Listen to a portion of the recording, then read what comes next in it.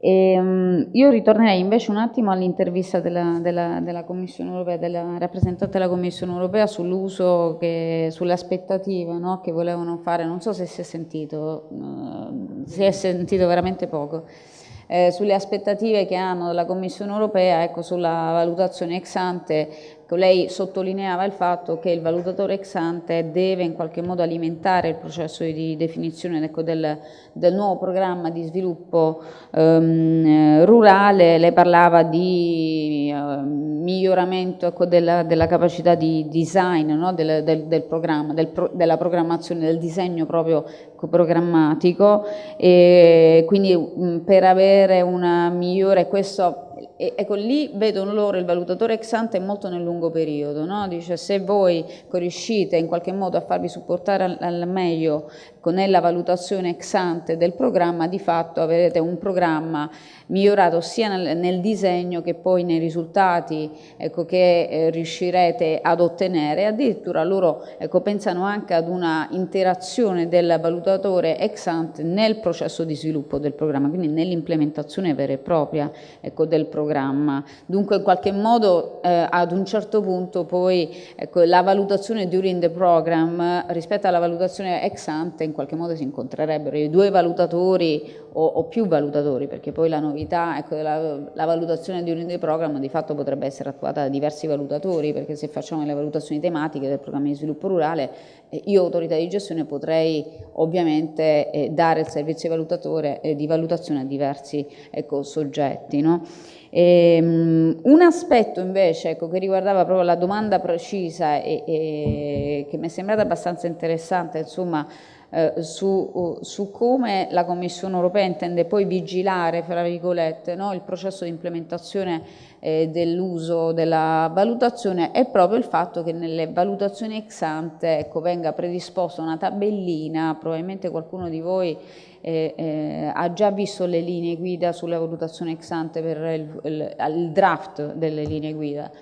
E viene prevista una tabellina nella quale l'autorità di gestione individua risultato per risultato, raccomandazione per raccomandazione del valutatore, ecco, e dice se l'ha implementata nel disegno del programma oppure no, e perché, insomma, e in base a quali criteri, diciamo, ha fatto questa scelta. Zeli nella sua intervista ne parlava proprio perché diceva deve esserci un processo di raccolta, ecco, di queste osservazioni durante il periodo di valutazione ex ante, e me lo dovete anche dimostrare tramite, ecco, questa tabellina. Analoga a quella dell'IFAD. Praticamente sì, che mi era venuto in mente che è abbastanza simile, insomma, a quello dell'IFAD fondamentalmente. E peraltro mi fa riflettere, ecco, sul fatto che oggi mi sembra che si è parlato molto di formalizzazione delle procedure, formalizzazione dei documenti che attestano che la procedura, ecco, è stata eseguita, e mi sembra sistema di qualità, perché poi Giuseppe, ecco, parlava di sistema di qualità e d'altra parte, ecco, la formalizzazione è un elemento chiave, no, dell'impianto di un sistema di qualità. Quindi direi, ecco, e siamo anche un po' in chiusura, la formalizzazione è una cosa evidentemente importante, avere dei ruoli, avere delle funzioni, avere delle strutture deputate a e delle procedure, avere anche degli stakeholders, partire dalla definizione, dalla individuazione degli stakeholders giusti, diciamo, ecco, che poi ci supporteranno nel processo implementativo, ecco, una questione importante. Avere quindi ben definito, ecco, tutto quanto è una questione importante. Poi dopo certamente diversi livelli di rendicontazione, chiamiamola così, ecco, ma non in termini negativi, rendicontazione di questo processo di interazione tra valutatore e amministrazione, ecco, lì se ne può pure discutere, no? Fino a che punto, perché dovremmo dire alla Commissione europea, perché non dovergli dire soltanto sì, ho recepito le raccomandazioni nei termini in cui intendevo recepirle, perché per me erano coerenti con la mia programmazione, ma perché poi andare a descrivere l'intero processo, insomma, giusto perché la Commissione evidentemente ha bisogno di avere questa. e probabilmente ci sono pareri discordanti. Ecco, a mio avviso alla Commissione non c'è bisogno di descrivere pure questo processo, insomma, l'importante è che lo facciamo, ecco, l'importante è quello. D'altra parte poi se i cambiamenti nel disegno del programma ci sono stati, lei ce l'ha già nel momento in cui decide, ecco, il programma, sono già stati implementati là dentro. Su questo aspetto volevate intervenire forse Marco, che aveva un po' un parere diverso dal mio, lo so. Detto così, poi sarebbe anche un ulteriore elemento di trasparenza. A parte la Commissione europea, è giusto che il processo venga tracciato, tutti i processi vengano tracciati dall'inizio alla fine. Rimane anche per il valutatore successivo, no? Cioè, se il valutatore ex ante ha fatto delle raccomandazioni, alcune sono state recepite, altre no, il valutatore in itinere ha questa traccia che può essere utile per ulteriori valutazioni. E poi vabbè, il discorso più in generale è che secondo me, senza vincolare o senza irrigidire troppo, però dei momenti codificati servono sia all'autorità di gestione che al valutatore per fare il punto della situazione, per chiarire cosa è perseguibile delle raccomandazioni formulate e cosa no, cioè, perché è anche un discorso interno. Alcune raccomandazioni posso seguirle, altre dipendono da vincoli esterni, come vincoli di bilancio, primi, perché carenza della struttura, ci sono i vincoli di bilancio, altri da scelte politiche, fondi indirizzati verso poche misure, questa è una classica, no? Diciamo, critica del valutatore, però sono scelte politiche, potrebbero essere scelte anche legittime, no? Nel senso che possono anche queste essere esplicitate, oppure queste magari meno legittime come nazione, però molte problematiche sono dipese con questa programmazione da enti esterni, il monitoraggio, dai famosi dati AGEA che non arrivano mai, anche alcuni problemi sulle velocità di liquidazione dipendevano sempre da enti esterni e quindi l'autorità di gestione alcune volte non ha potuto rispondere a certe raccomandazioni. Per cui adesso, a parte queste che sono già in itinere, però su quelli in ex ante tracciare tutto il procedimento, a parte che fu già chiesto in valutazioni precedenti, magari non in maniera così rigida e schematica, però già nel 2000-2006 il valutatore ex ante, mi ricordo, doveva fare un capitolo in cui scrivere le valutazioni fatte, le raccomandazioni segnalate e quelle a cui si era stato. Quindi insomma, è una procedura abbastanza alla fine normale. Sì. Allora non posso far altro che ribadire che secondo me la tracciabilità è necessaria, appunto come è stato messo in evidenza, non ultimo per aiutare anche la futura governance del PSR, perché noi ragioniamo come se la DG rimanesse la stessa o anche chi fa parte delle strutture di valutazione rimanessero sempre gli stessi. Lasciare delle tracce, quindi fare anche una storia quella che è stata l'evoluzione del programma e lasciare delle tracce, secondo me è molto interessante, quindi è interessante per il valutatore che verrà, è interessante nel caso che ci sia un cambio anche per la prossima autorità di gestione e ci permette di mettere un primo punto fermo su quelle che sono le lezioni che vengono, quindi pensando tutta la programmazione come appunto un ciclo, come è stato più volte detto stamattina, la tracciabilità ci permette appunto di apprendere meglio le lezioni sulla programmazione, diciamo, quando sarà chiuso il ciclo. Inoltre, secondo me è stato anche importante informare la Commissione di tutto il processo, perché probabilmente si può anche innescare un processo di scambio, perché io ritengo che questa modalità proposta dalla Regione Sicilia sia una delle tante modalità. Quindi a livello di Commissione magari potrebbe essere interessante cercare di raccogliere queste diverse metodologie per arrivare magari ad un dibattito e a definire poi delle condizioni minime anche per la trattazione di queste raccomandazioni, magari appunto non stabilita per regolamento, comunque con delle linee guida, un po' diciamo come fa un'attività di rete. Ecco, questo poteva spingere, informare la Commissione su questo. Grazie.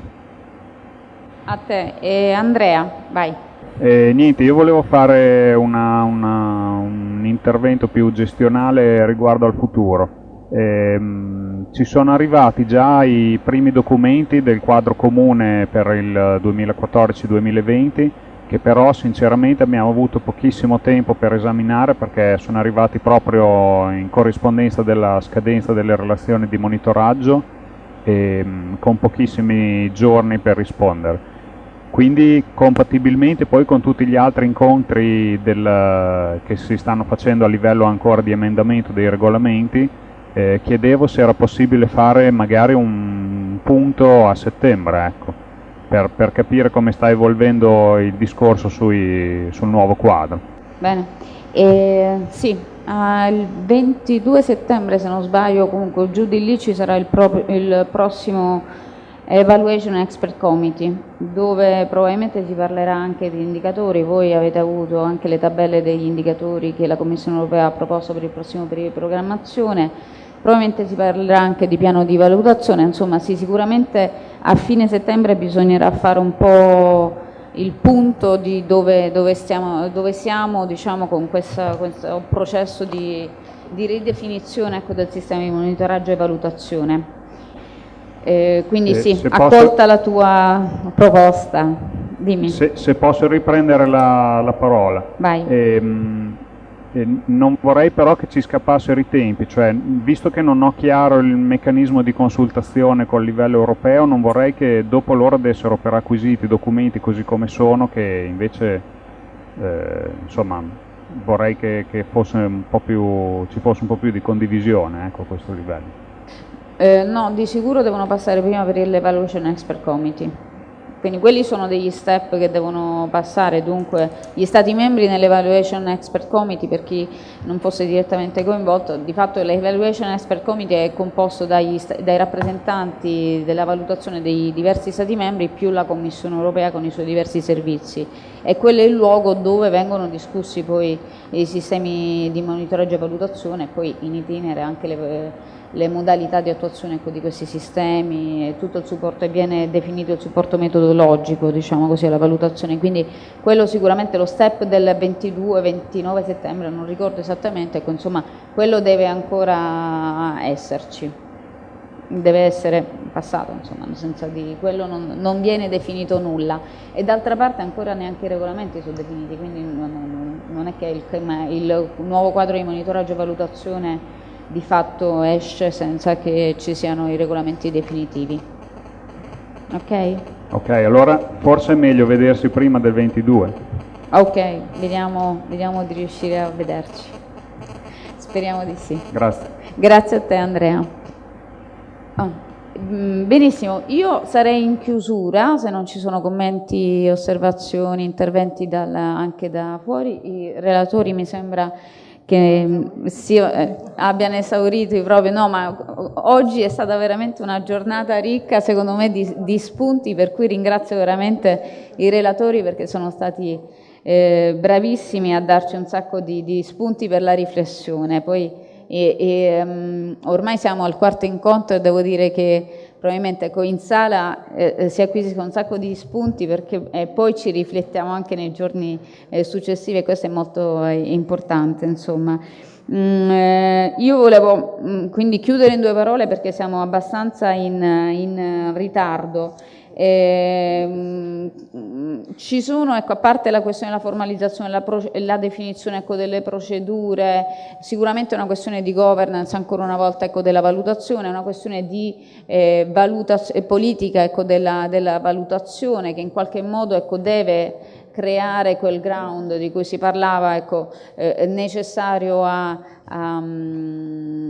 come dire, ecco, deve dare un ambiente di lavoro all'interno, ecco, delle amministrazioni che sia in grado probabilmente, ecco, primo di essere ricettivo rispetto alle valutazioni, no? Rispetto ai risultati, ecco, delle valutazioni. E mi sembra, ecco, che qui ci sia un dato che è emerso, cioè tanto più gli stakeholder sono coinvolti nel processo valutativo, tanto più quell'ambiente di lavoro ricettivo di fatto, ecco, viene creato. Qui non solo oggi, ma anche la letteratura in qualche modo, ecco, si sta incentrando proprio su questo aspetto, no? La valutazione democratica e così via.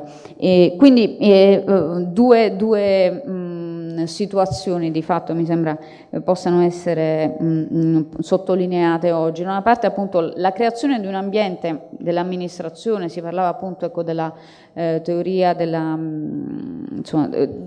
committenza, sì, e creare le condizioni all'interno dell'amministrazione affinché ci sia un ambiente ricettivo e direi poi anche adattivo, di adattamento diciamo, dell'amministrazione, perché una cosa è capire poi no, i risultati della valutazione e poi riuscire anche ad implementarli, quindi adattarsi a quel cambiamento che è implicito poi con i risultati della valutazione. Qui Nicoletta, ma ci vorrebbe un in contrapparte, insomma, cioè, anche in letteratura, The Patton e così via, anche la developmental evaluation è abbastanza interessante da questo punto di vista, no? Oltre le valutazioni poi dopo che dobbiamo fare, quindi come ci adattiamo, come riusciamo ad acquisire quelle competenze necessarie per andare oltre, quindi per adattarci al cambiamento auspicato ecco, dalle valutazioni. Un altro aspetto è come concepire, perdonatemi, come concepire la valutazione all'interno delle amministrazioni, perché se continuiamo a pensare alla valutazione come un adempimento oppure ecco, l'uso della valutazione, no? Un uso strumentale no? Finalizzato a migliorare ecco, soltanto quegli aspetti e così via, immediati, tra l'altro con un impatto immediato, poi un effetto immediato no? Del cambiamento, e non in termini invece cognitivi. Allora quello è un aspetto diverso, cioè concepire un po' la valutazione come un momento di arricchimento della conoscenza del programma, dell'amministrazione anche, perché c'è una valutazione, un aspetto della valutazione che va a cadere sull'organizzazione ecco, dell'amministrazione. E quindi ecco, la valutazione come acquisizione di conoscenza valutativa, quella conoscenza che forse nel lungo periodo, nel passaggio delle diverse amministrazioni, no? Perché c'è questo gap che si viene a creare anche tra programmatori, tra politici, nel passaggio tra diversi periodi di programmazione, quella conoscenza valutativa deve rimanere lì e sedimentare in qualche modo ed essere quella conoscenza di base per strutturare ecco, i nuovi programmi e per incidere, quindi forse è quella ecco, più che la valutazione in sé, la singola valutazione in sé, ecco, incidere sulla policy, incidere su quei miglioramenti, ecco, prospettare meglio quei miglioramenti di policy che la stessa Commissione europea, ma che anche noi ecco, ci dobbiamo dare come obiettivo. E quindi ecco, Marco pure diceva ecco, l'aspetto cognitivo è importante nella valutazione, considerare con la valutazione come quel background di conoscenza che deve essere costruito, no? Valutazione dopo valutazione, e deve essere una base conoscitiva importante per poi chi dovrà fare programmazione e definizione della politica. Mi sembra di poter chiudere con questo aspetto e noi ci rivediamo, non lo so, vediamo di organizzare ecco, qualche altro incontro, intanto questo ciclo. Vi ringrazio ancora per la partecipazione al ciclo e ringrazio i tecnici anche per le improvvisazioni che abbiamo avuto questa volta. Grazie, grazie.